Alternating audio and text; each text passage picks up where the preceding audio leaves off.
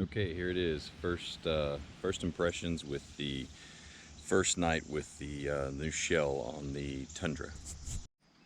All right, here it is. First look and first impressions with the new ARE MX HD shell on the TRD Pro Tundra. So, kind of first thing that stood out to me when I rolled up and they had put it on was the profile, obviously. My 2017 Tacoma TRD Pro, I had an ARE shell on, and it was a Z series, so it came flat across. So I was used to kind of that body line, if you will, and so my first impression was, wow, that's really tall. It's kind of becoming the normal for me now as I look at it. It really doesn't kind of stand out to me. I did, when I first looked at it, I was like, wow, that's big. But now I think it actually is kind of starting to look good. I'm kind of liking the body lines. Next thing that probably stands out is there's no tailgate. And so the ARE walk-in door replaces the tailgate. And if you can notice there, the body lines are really nice, and that it lines up really well where the tailgate used to be. So it looks like there's a tailgate, but obviously there's not. But the functionality, I think, is going to be what is the coolest thing about this. So let's kind of take a look at some of that. So I'll start over here with the wind doors. I've got these on both sides. These are the vented or sliding wind doors. So it's like the sliding back glass on a truck. That middle section slides open and it's got a screen on it. And then these guys open up and it gives you full access to inside the shell, which I think is going to be awesome. And so that does that on both sides. Nice, good access from the outside to get to things. Also great ventilation if you're in there and you're in a spot where there's not a lot of bugs and mosquitoes. And then as you can see here, these slide. So you've got a nice sliding door for ventilation with a screen on it. So that's really cool. And I really like the way that these function and the functionality that it gives you to be able to just reach in and get something out from the inside. And I'll show you a little bit later kind of how I'm thinking about the inside. So the vented wind doors are really cool. First impressions. So next I'll cover what I think is probably the most dramatic aspect or feature of all of this, which is this walk-in back door. And obviously it's pretty easy to see that it's got a full-size glass walk-in door back here in the back. But it's got another trick hidden up its sleeve, which is maybe more dramatic than that. So let's open these guys up.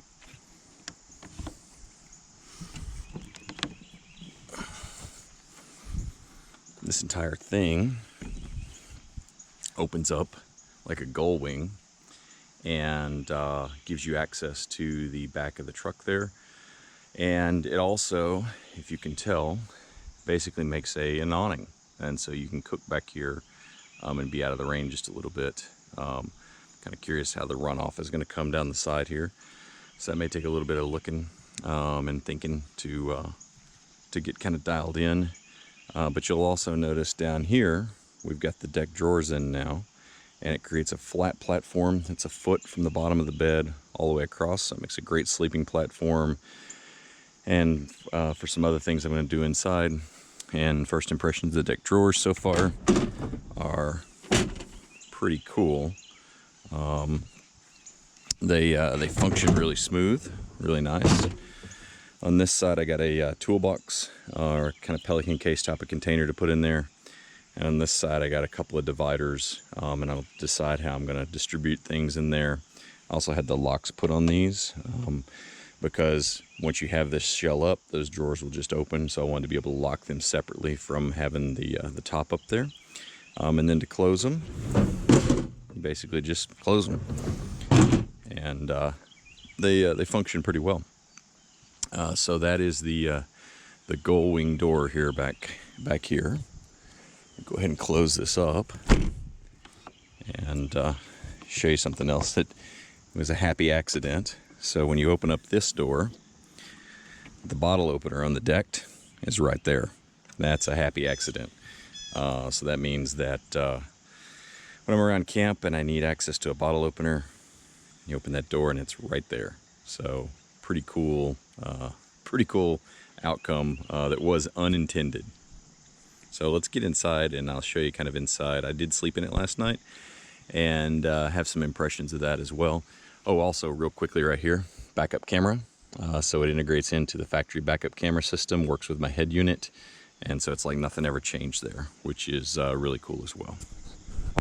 All right, here we are inside. So one of the first reasons that I got there, or the main reason that I got the MX shell with the high top, is because of this. So that I can set up inside of here with the deck drawer system that raised the floor of the bed a foot. So if I hadn't put the deck in, I could have got the Z-series shell and it would have been level all the way back, but I knew that I wanted the deck drawers to be able to store my stuff when I'm on trips and expeditions and things, and so I needed the high top shell to be able to set up in here. I'm actually sitting on top of a 4-inch mattress right now, and so I'm a little closer to the top than I would be if I was sitting over here on the other side. And so I'll try to pan the camera around. I'm not exactly sure how to film inside here, but the other thing to notice is I did get the HD aluminum endoskeleton in this one, and that gives me a lot of options to be able to mount different things with quick fist, you know, whether it be high lift jack, fire extinguisher, other lights, shelves, all sorts of different stuff. So I've got a good frame or skeleton with which to build from, and those can also be tethered to the top with the heavy duty feet if I ever decide that I want to put a roof rack on top of this thing, which will give me the 550-pound dynamic weight rating. So there's the floor of the deck. You can see over here, kind of on the side of the sleeping bag, and I kind of think what my plan is probably right here is where my Iron Man fridge, 65-liter fridge, is going to go, fridge freezer, and the Iron Man slide will mount right to the top of the deck, so I'll have access to the fridge when I'm inside. And then also when the gull wings open and I'm outside, I can slide the fridge out and access it from the outside as well. In another video, I did the wiring here for the 12-volt leads and grounds from the battery up front. So I have this Blue Sea panel, deck panel, that I'm going to figure out a mount for, but it's got a built-in 15-amp circuit breaker in it. It's got a cigarette lighter style power port. It's got 2 USB chargers. It's got a voltmeter, and these wires obviously are to tie into that so that the fridge can plug in. I've got USB chargers for the phone and some of those types of things. You know, the other thing is, because Toyota in their wisdom they don't do a 6-foot bed in the CrewMax. I had a lot of questions about, am I going to be able to actually sleep in here with the shell without having to sleep diagonal? And I'm not a really tall guy. I'm kind of somewhere between 5'9" and 5'10", so probably about average. And I was concerned that there wouldn't be enough room and that I'd probably have to sleep diagonal across the truck. But with the gull wing door, you'll notice that that would have been the outer wall of the tailgate. And so you gain probably 3.5 inches worth of additional legroom here, and so I'm actually able to lay down flat just fine and have plenty of legroom here, or I can also lay diagonal and have a lot of legroom. But that's a pretty cool feature of this gull wing door, is you gain the extra legroom, and so sleeping in here is not a problem at all, which was one of my key goals. I also got the rope lights in here. Will be one of my sources of light, and so you can kind of see there, I got a rope light on that side, a rope light on that side, and then it's got the light above the door there. One thing I'm thinking about the light above the door, because it does shine right back into where you're going to camp, is I'm probably going to put something where I can cover that off, or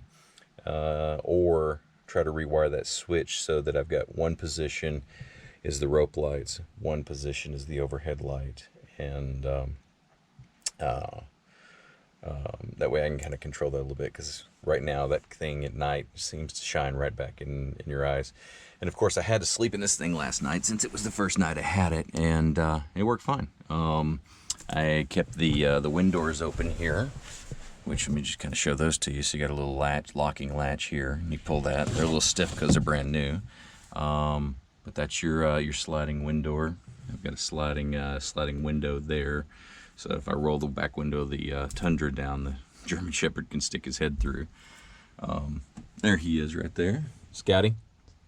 Yeah, and there you go, vented wind doors.